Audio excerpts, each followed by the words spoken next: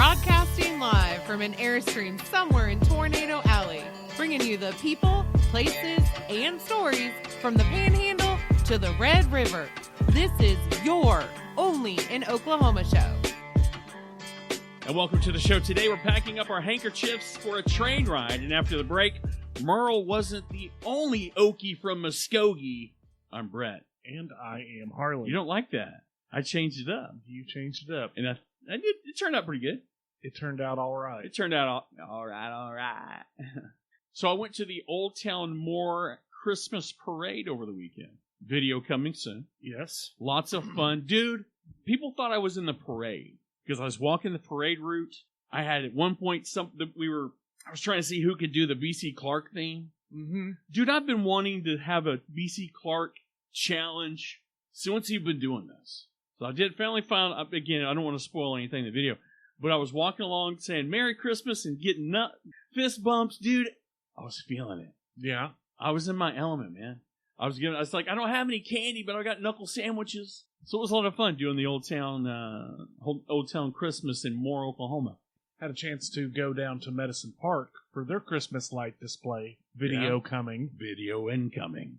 They did a really good job. Dude, we're cranking up our game for Christmas time. We blew it for spooky season. We kind of blew it. You know, I'm going to say that Heritage Farm and Ranch did a pretty good job. Yeah. It wasn't, it was spooky, but it wasn't, it was kind of a combo Halloween harvest time situation, but I thought they did a good job. They did a great job. But overall, you're right. We really dropped the ball. I don't know. With the monsters balls. Yeah. The monster ball. You know what I mean? Not like literal monster balls. I'm talking about like with Halloween parties that you would call a monsters ball. Yes. I think we have definitely, as a state, shifted focus to the Santa season pretty well. This is my theory. It just dawned on me. I think, honestly, Christmas festivities are a little bit easier to capture. Christmas light. I mean, it's a well-lit pathway, whereas spooky stuff, you really gotta get to the cemetery, you gotta find the haunted house, you know what I mean? Did you see the Halloween display? Somebody had done a Stranger Things Halloween display where there was levitating. Yeah, so cool, dude. That was so amazing, dude. It was bitching, and the neighbors. I think the neighbors called the cops or something.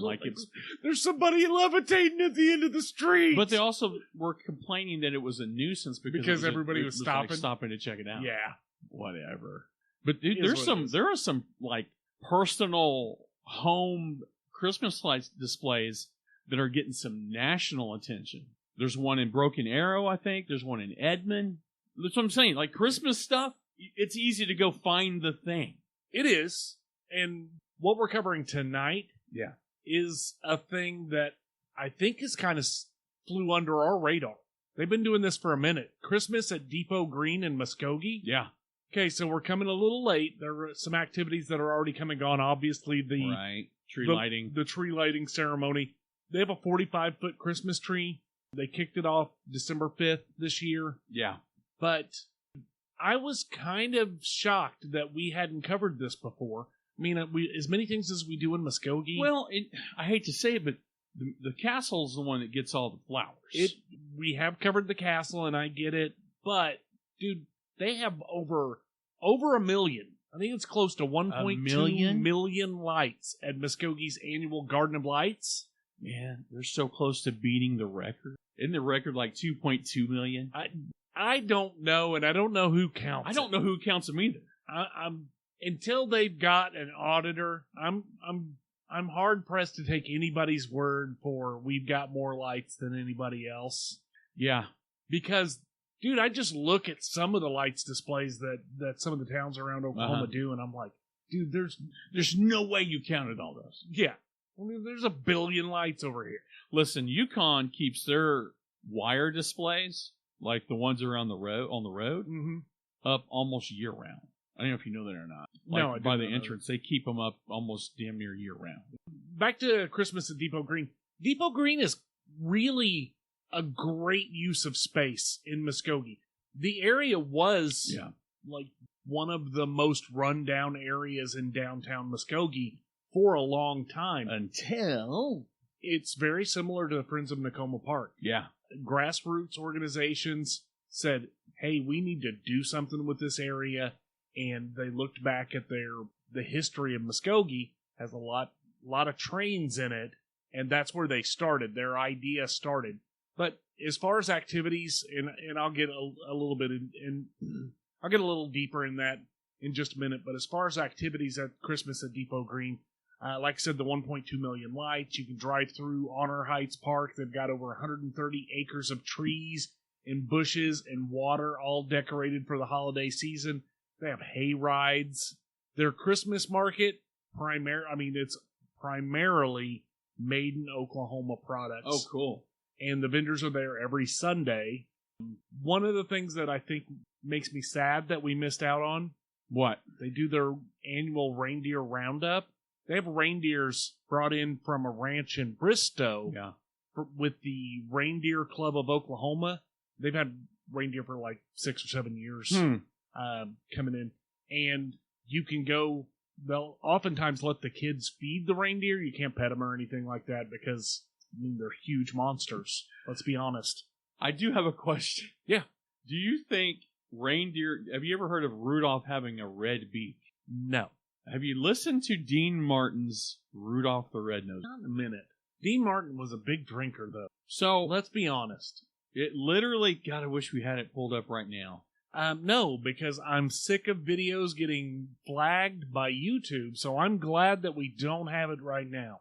Listen, the Rudolph the Red-Nosed, he's like, Rudolph the Red-Beaked Reindeer. It says beak, but if you listen to it up close.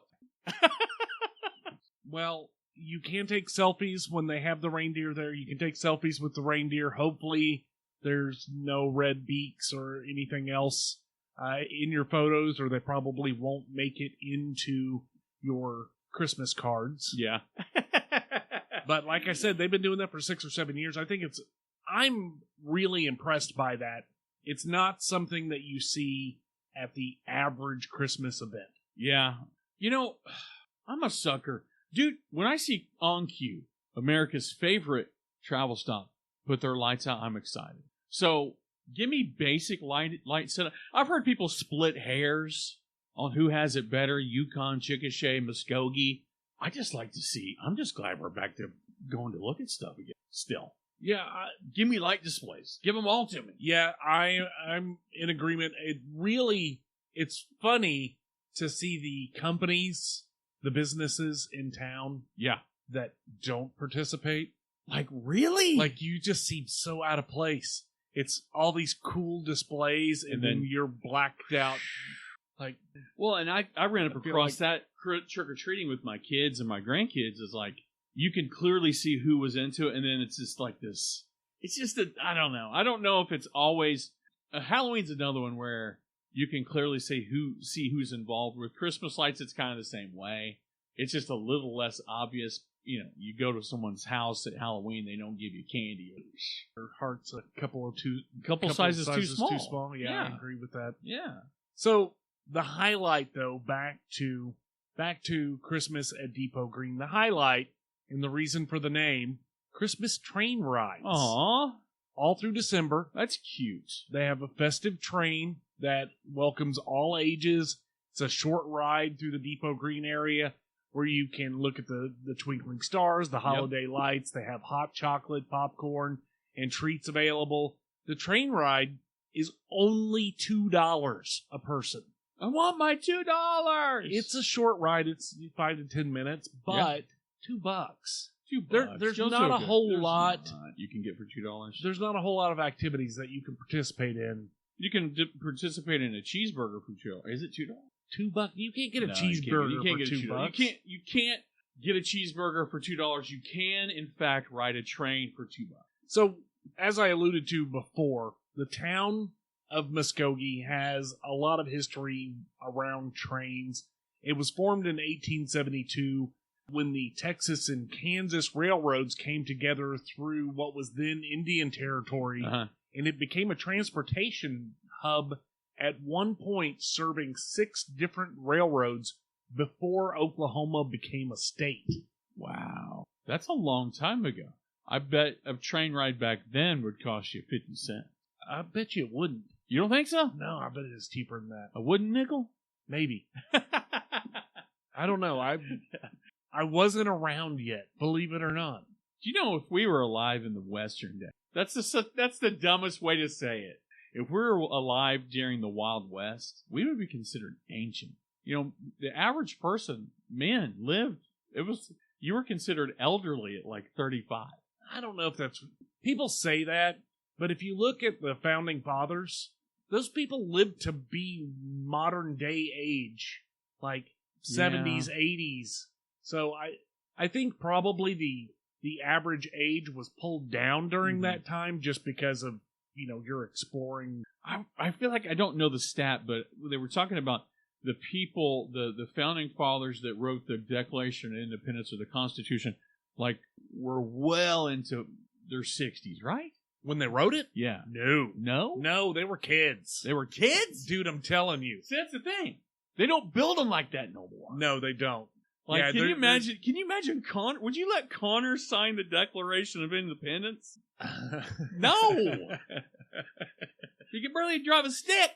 But again, back to Muskogee and the Depot District. This was a collaboration of local groups, the Oklahoma Arts Conference, but the area was basically abandoned downtown area for about 30 years. But they've turned it into, like I said, I alluded to the Friends of Nakoma Park, they've turned it into this community gathering spot. A bustling Merry Christmas metropolis. But they've got a couple of museums down there. They've got the Oklahoma Music Hall of Fame, the Muskogee Little Theater. They also have a 5-mile paved trail that's popular with cyclists and walkers, runners, that sort of stuff. Dude, they're going all out. And again, it flew completely under my radar. I didn't know about it. Yeah. We've been doing this a while. Yeah. We're considered, in Western days, we're considered elder podcasters. Yes. We're nearing, some of us are closer. Are you there? I'm over 50. Yes. You are? Yes. I had no idea. Dude, I thought you were 48. You look great. I'm 3 years older than you. You look great. Every time you bring this up, you always act like it's some number that is like beyond comprehension. Like, what's it like being 3 years older? It's funny because I see people my age that I know, and I'm like, I remember when we both looked young. Why do you look like that? Do I look? And do young people not have a concept of age? No, they really don't. It's literally, you're young, and then everybody over 30 is old. But I mean, if you were to ask Connor's girlfriend how old she thought you, I've asked younger people, how old do I look? They're like, no joke, 34. I'm like, dude, really? Yeah. But then I'll see somebody that I'm like, how old are you? 47. I'm like, I haven't been living that much better than you. I don't get it. We're aging well. We're aging like a fine wine. Yeah. Some of us are aging better than others. You have a full head of hair still. Yeah, but there's something. You got a better beard. I have a stronger beard. I don't know that it's a better beard. Well, define stronger. It's healthier. It's weightier. It's got a little more heft to it. It does. But like I said, I still can't find anybody to give me a good sculpting. A good sculpting. But again, we went completely off the rails. That's what we do. The Depot Green in downtown Muskogee. Well played, by the way. Completely off the rails. Thank you. I got us back on track. Got us back on oh, nice. We lost our train of thought. We did. But if you want more information, I think the best place to find information on this, visit Muskogee.com. Every town, I feel like, has a visit. The ones that do a good job of... Shawnee is one. Yeah. We talk about Shawnee quite a bit. Visit Tulsa, Shawnee. Oklahoma City. Visit Chickasha's got one. Visit OKC's got one. Yeah. Visit. Just go to visit.com and find your favorite town. But don't do that. Don't do that. Because it's probably not what you want it to be. Don't. No, go to visitmuskogee.com. That's right. And after the break, we're letting Jesus take the wheel. Well, today's show brought to you again by our friends over at Friends of Nakoma Park. They're a local nonprofit working to raise funds, as usual, for community park projects in Nakoma Park. We kind of talked about community involvement with our show, or with Muskogee, and it's so easy to get involved with programs. It is, and I my personal opinion, they make all the difference in the world, especially groups like Friends of Nakoma Park. Yeah. They've got a vision for this park. Dude, when it's done, It's going to be bad. it is going to be off the chain. They're talking about this 60-acre piece of property 60 acres. is going to have soccer fields, walking trails, a splash park, dog park, pavilions, Grass. This is going to be their Depot Green. This is Nakoma Park's Depot Green. Right here. I don't know if that's what they're going to call it. No, they're not going to call it that. It would be weird. They're going to call it the OnlyinOK Acres. That would be great. Dude, can you imagine having a 60-acre park named after us, where people go to do things we can't do, like play soccer? Wouldn't that be cool? I think if they could call it something like, something Nakoma Park related, but if it had a giant statue of Brett and Harley in the middle of it, I'd go there all the time. Can they make it to where I'm spinning a basketball on my... No. That would be cool. We're talking realism. That is real. It can make it look like I'm really doing it. Yeah, but everybody would really know that you can't. Well, they host those activities. We went to the Bites of EOC. They do the trunk or treat thing that was in October, the tree lighting.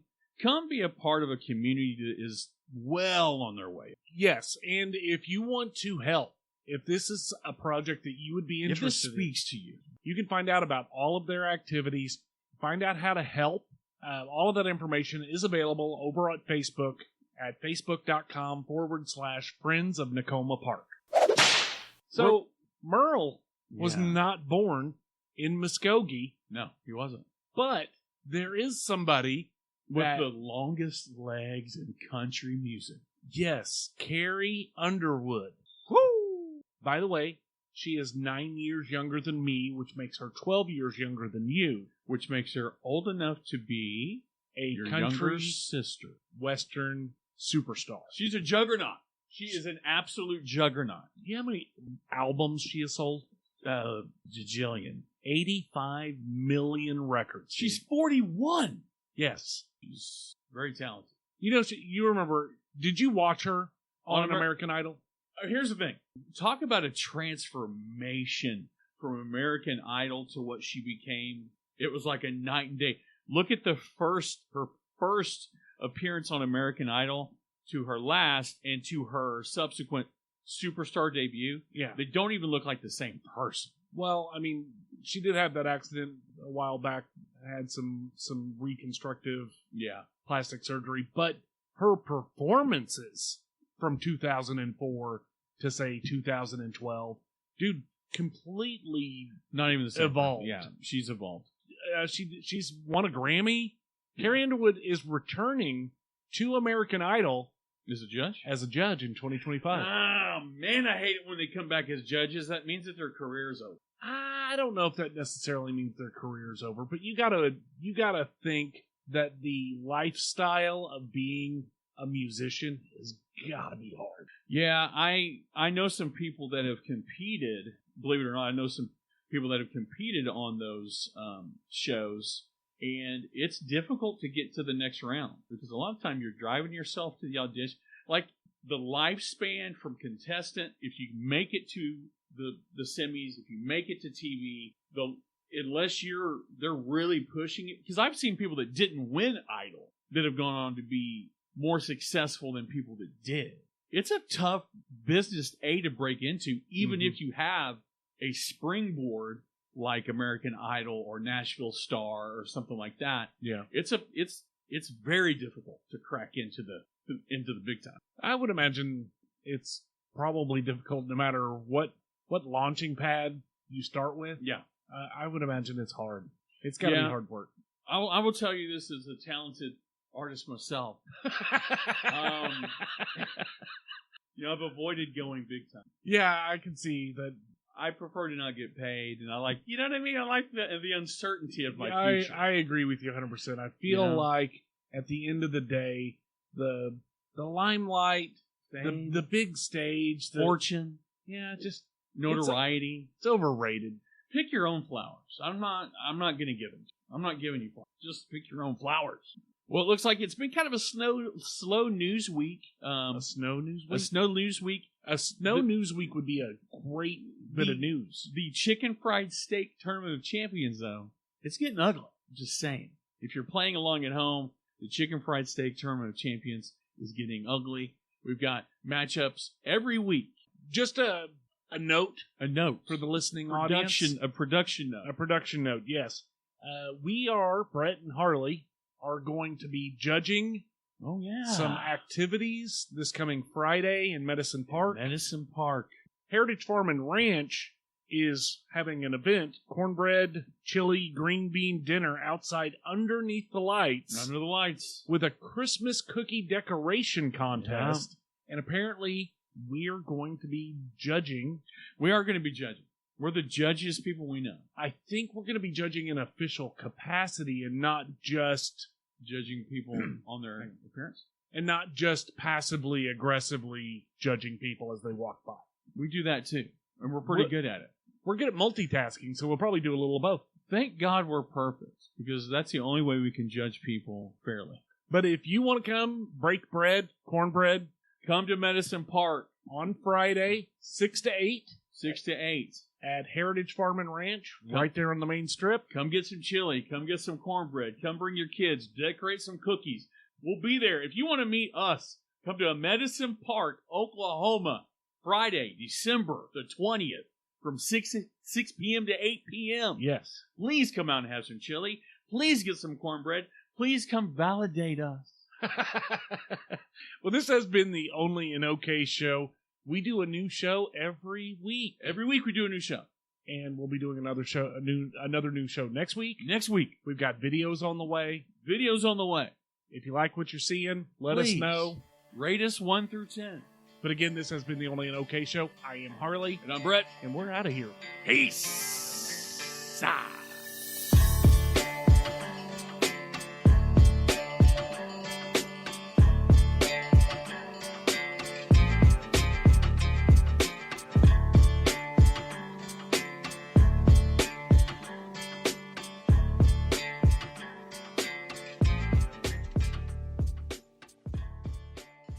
Come get your sweater vest from Arvest. The Arvest Sweater Vest.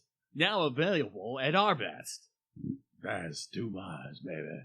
All right. Harley Griswold, Glitter and Glee. Wait, what is that? They're doing some shenanigans in Shawnee. 'Cause I'm proud to be an Okie from Muskogee. I sang this song the other day and somebody didn't know what it was. Ready? Yeah.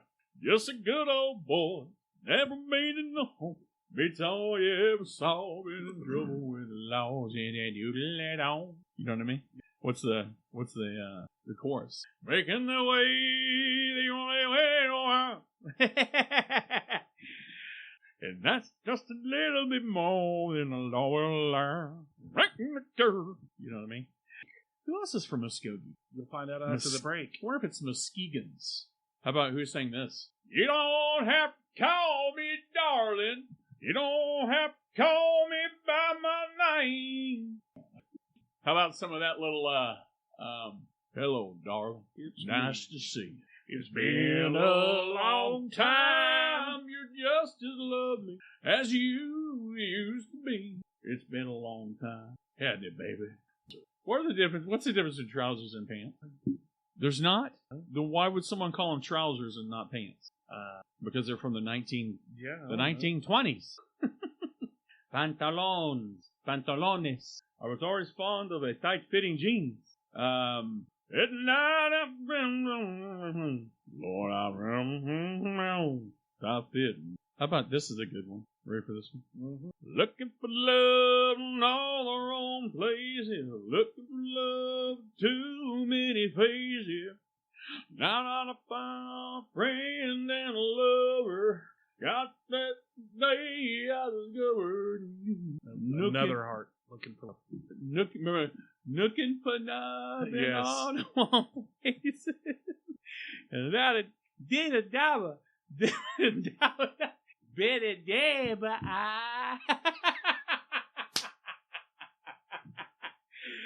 I'm the farmer on the Figaro. Dude, Eddie Murphy was so funny on there. Remember when he did the James Brown hot tub? Hot tub! Hot tub! Someone with water! Can I get in the hot tub? Yeah! Will it make me sweat? Yeah! Can I get in the hot tub? Yeah! Will it make me wet? Well. You remember Coming to America? Yeah. That boy good. That boy good and terrible. I thought it'd been funny to spoof the barbershop scene for the Logan Paul Tyson fight. Mm-hmm. Rocky Marciano would have whipped his ass. Yeah. Rocky Marciano. Welcome to the show today. Can't beat the 70s SNL, baby. You can't, baby. I'm not, wait a second. I'm not even a fan of crunchy music, but growing up in Oklahoma, it's inescapable. Kelly, you're right as rain. Urban Cowboy, top 5 movies of all time. I actually had a cup from Gillies, from the original Gillies. What's happening? All right. Better check that Burning Rain, baby. Ain't that right? Yeah, you right. You're right about that, Sean. All right, are we ready? We are ready. We are ready to go. 3, 2, 1.